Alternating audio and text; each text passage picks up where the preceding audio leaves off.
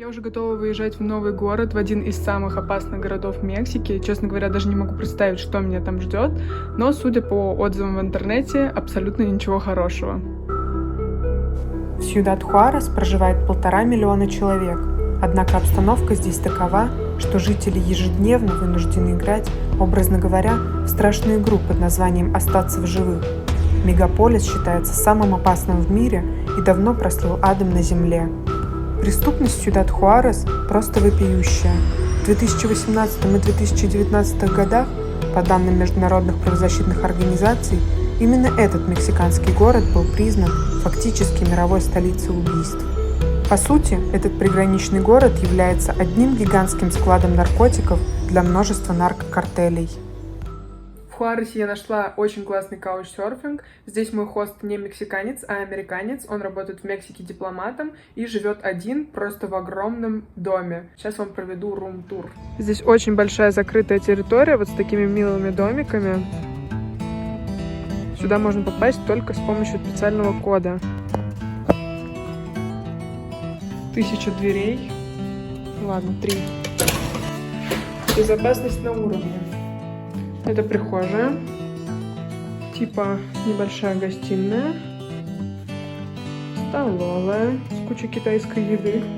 Видимо, мой кауч фанат китайской еды. Здесь кухня и типа, не знаю, постирочная. Дальше поднимаемся на 2-й этаж. Вот там комната моего каучсерфера. Здесь еще какое-то место. Не знаю для чего, просто посидеть. И здесь комната. Она закрыта почему-то. Здесь мой душ и туалет. И моя комнатка. С супер мягкой кроватью. Я просто люблю эту кровать. В общем-то все. Рум-тур окончен. Иду сейчас на прогулку в центр города, как ни странно, одна, как бы опасно это ни казалось. И надеюсь, что люди здесь не будут воспринимать меня так, как будто бы я из другой планеты. Добираюсь до центра на автобусе, потому что город большой, живу я почти на окраине. Короче, от остановки, на которую меня привез автобус, нужно еще идти до центра минут 40 по каким-то вот таким закоулкам, где вообще практически нет людей. Вообще странный город, что-то машины здесь по рекам ездят. Говорят, что если подняться на гору, расположенную в нескольких милях от города, и взглянуть на Сьюдад-Хуарес темной ночью, то можно увидеть вспышки от выстрелов. Перестрелки в городе происходят постоянно. Сьюдад-Хуарес занимает 1-е место в мире по количеству жителей, которые мечтают покинуть его раз и навсегда. Однако подавляющему большинству мешают нищета, безработица и наличие многочисленных родственников. Поэтому для многих главной целью является не обустройство жизни, карьерный рост и процветание, а банальное выживание, в прямом смысле слова. Сейчас шла, увидела вот эту гору и подумала, что, наверное, я могу забраться на самую вершину и посмотреть на весь город. А потом глянула в карту и поняла, что это уже территория США. И я туда попасть без визы не могу. Город Хуарес граничит сразу с 2 американскими штатами – Техас и Нью-Мексико. И вот поэтому здесь можно встретить нередко машины с такими номерами. Я уже практически подошла к границе со штатами, осталось минут 10. И это такой волнительный момент для меня, потому что еще с подросткового возраста я мечтала отправиться в Америку, смотрела все эти американские фильмы, сериалы, представляла, как было бы классно ходить в американскую школу и на все эти вечеринки, которые они устраивают. И хотя у меня все еще нет возможности перейти границу, но я чувствую, как становлюсь к своей мечте все ближе и ближе с каждым днем. Вот она, ребята, граница, прямо здесь. Вот эта вот автомагистраль уже американская. Так, надо найти местечко, где можно подойти прямо к забору. Нашла железную дорогу, которая ведет в США. И вот там проезд закрыт. Просто так не попадешь. А вот по этому мостику люди переходят границу. Прям видно, как они идут. У них там что-то проверяют. Так интересно. Обнаружила машинку Border Patrol. Охраняет границу. А вот здесь проезд для поездов открыт. То есть получается, что я сейчас могу просто вот так пройти здесь и оказаться в США. Интересно, что они сделают? Граница США и Мексики имеет длину примерно 3200 километров и является одной из самых беспокойных в мире. Существуют оценки, что нелегально ее пересекает порядка 500 тысяч человек ежегодно. Также эта граница является основным источником поставки наркотиков в США. Сейчас перед вами лицо человека, который находится в шаге от своей мечты, но не может сделать этот шаг. Ну ничего, когда-нибудь я окажусь по ту сторону границы и обязательно запишу об этом видео. Я вот, если честно, думала, что возле границы находиться капец как опасно, но я гуляю тут уже минут 20 вдоль, и здесь даже людей нет, кого бояться-то непонятно. А знаете, почему здесь гуляю только я? Просто мексиканцы не выносят жару, а я ее обожаю. Так что какая опасность? Бандиты прячутся от солнышка. Подойти вплотную к забору, по ходу дела, не получится, потому что я иду уже довольно долго вдоль, и повсюду течет река. Ну ладно, это не последний город, где я на границе США. Ловите лайфхак. Как освежиться в жаркий летний день. Приходите в парк, ищите поливайку растений и веселитесь. Я наконец-то добралась до центра и могу покушать. Сегодня на обед тако. El Porsche es negro y rojo, y las GC son negras y los números rojos. Un 27 son rojos, le prendemos los palos y te hacemos un depósito. Yo me meto en tu barrio, en tu caserío y te prendo el tambor en el ojo. Mensajito rojo, la correa y la gafas y las tenis en rojo. El P90 esto rojo, pero las Jordan son negras y el flyer es rojo. Panamera rojo, la puta que tengo también viste rojo. А сейчас минутка странности. Шла тут через кладбище, и оно какое-то здесь необычное. Будто бы плоское, без памятников. Впервые такое вижу. Я уже выехала в новый город, который тоже находится на границе с США, но в этот раз со штатом Аризона. И поеду я той дорогой, которая проходит вдоль границы. Дорога опасная, машин здесь ездит не очень много, поэтому не знаю, возьмет ли меня вообще кто-нибудь.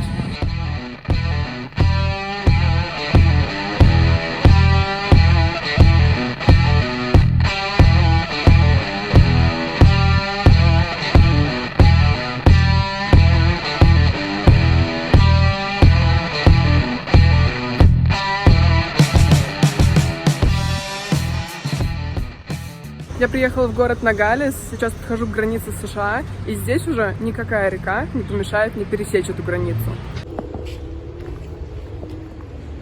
Да, рек здесь действительно вдоль границы нет, поэтому я сейчас буду ее пересекать. Оп, мой пальчик на территории США. Ла-ла-ла-ла-ла. Посмотрите, что феминистки сделали с городом. Просто все разрисовано. А все из-за того, что около 2 недель назад здесь убили 15-летнюю девочку. И таким образом феминистки просят остановить насилие над женщинами и восстановить справедливость. Уезжаю из Ногалеса, провела здесь всего 1 ночь и рада, что не больше, потому что город реально просто ужасный. Очень много мусора на улицах, бездомных, что-то докапываются, что-то хотят от тебя. Короче, это мой нелюбимый город в Мексике, и не советую сюда приезжать.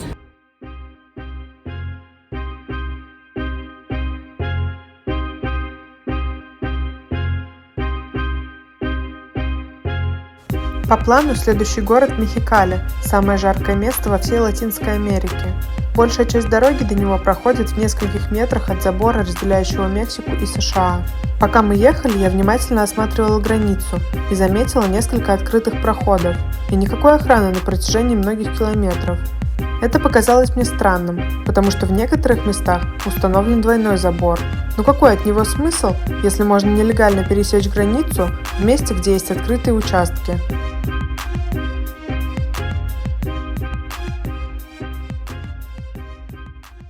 Еду сегодня почти целый день на фуре, и мы сейчас встали в пробку просто на 2 часа, может быть даже больше, потому что все фуры очень тщательно досматривают из-за того, что в этом районе просто огромный наркотрафик.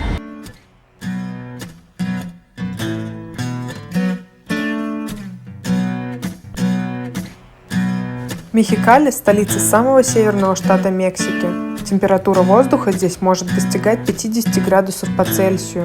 Город интересен тем, что однажды сюда мигрировали китайцы и прижились настолько, что стали считать себя местными. Именно поэтому в Мехикали огромное количество китайских ресторанов.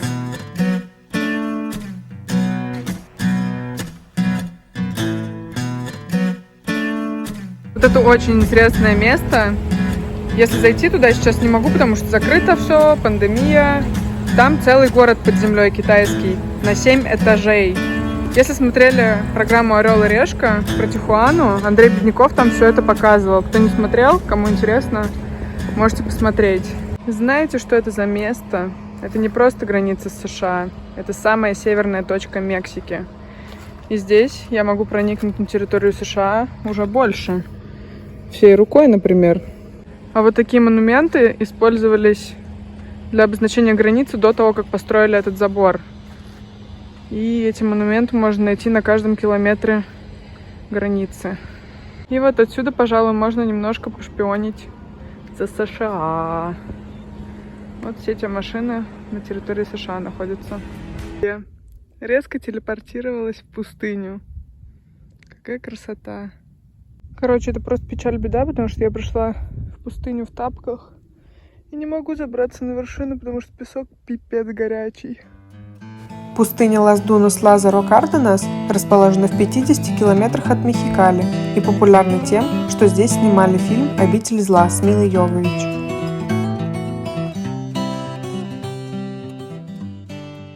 Гуляю вдоль границы, знаете, что интересно? Вот на этой стороне забора находится город, который называется Мехикали, образованный от слова Мексика и Калифорния.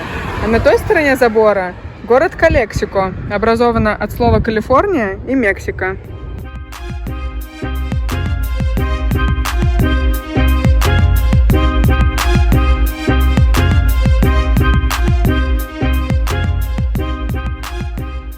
Вот там видно, как проходит стена между Америкой и США.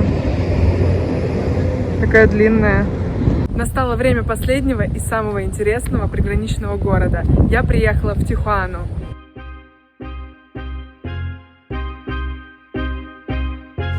Тихуана считается самым западным городом в Латинской Америке. Она расположена в штате Нижняя Калифорния и граничит с американским мегаполисом Сан-Диего.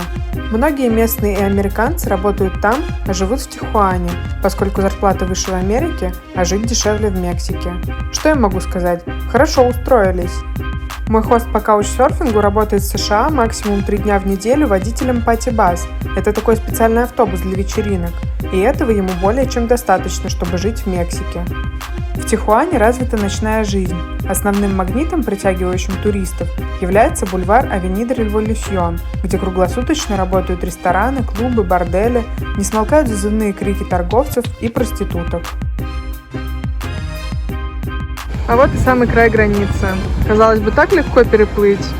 Такое искушение. Но за забором тебя уже будут ждать пограничники. В Тихуане граница охраняется сильнее, чем в других приграничных городах. Здесь установлен двойной забор, камеры видеонаблюдения, сенсоры движения и постоянно летают вертолеты, с которых пограничники осматривают территорию. В городе огромное количество бездомных. Кого-то депортировали из США, когда поймали без документов, ну а кто-то и вовсе приехал в надежде пересечь границу, но так и не смог этого сделать. Смотрите, как бездомные здесь живут. Строят себе шалашики прямо на пляже. Уже не первый раз вижу. Мне было очень интересно узнать, как можно нелегально пересечь границу, каковы шансы сделать это успешно и что будет, если поймают. Поэтому я порасспрашивала местных, и оказалось, что все гораздо проще, чем кажется. Очень многим удается остаться незамеченными. Мой хост сказал, что если понаблюдать за границей дней 10 и понять, как там все устроено, то можно без проблем ее пересечь.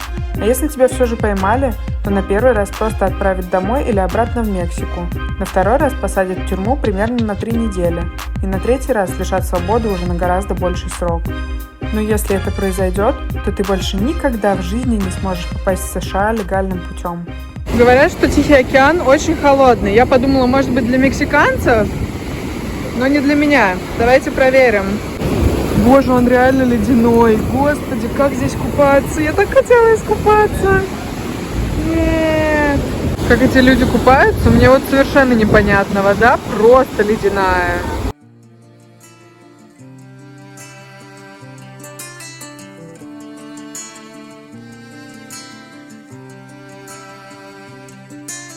Какой вывод я могу сделать по приграничным городам? Интересного в них мало, но один раз посетить можно.